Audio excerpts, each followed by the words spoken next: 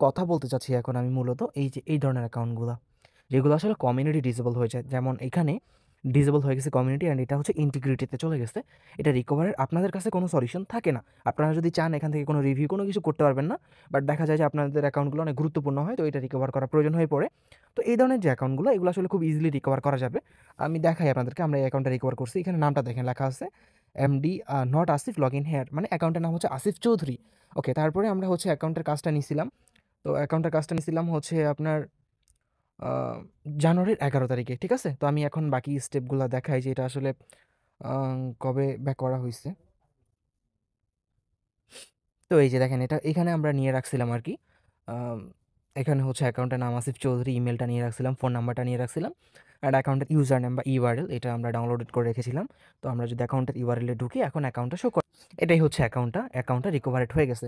আমরা যদি আরো ভালোভাবে দেখানোর ট্রাই করি আপনাদেরকে তাহলে মেইল থেকে দেখাই। এই যে ১ম এর যে মেইলটা এটা দেখেন। এটা মেটা সাপোর্ট অ্যান্ড এখানে ডিসেবল কেস ছিল। এটা গতকালকে ব্যাক হইছে বাট ভিডিওটা মেক করা হয়নি। তো তাদের সাথে কথা বলার পরে তারা নিজেদের সিস্টেমের যে ত্রুটিটা এটা আসলে বুঝতে পারছে অ্যান্ড তারা আসলে এই যে আমাদেরকে মেইল করে জানিয়ে দিছে। তারা বলে দিছে যে এটা হচ্ছে ফলস পজিটিভ ডাউন ছিল আরকি। তো এটার জন্য ওরা দুঃখিত। এই যে we should now be login, মানে আপনি লগইন করতে পারবেন। ওরা দুঃখিত। এটা আসলে ফেক ক্লেইম ছিল একটা। অ্যান্ড আমরা যদি আরো বিস্তরভাবে আপনাকে দেখাই আসলে আ এইটা।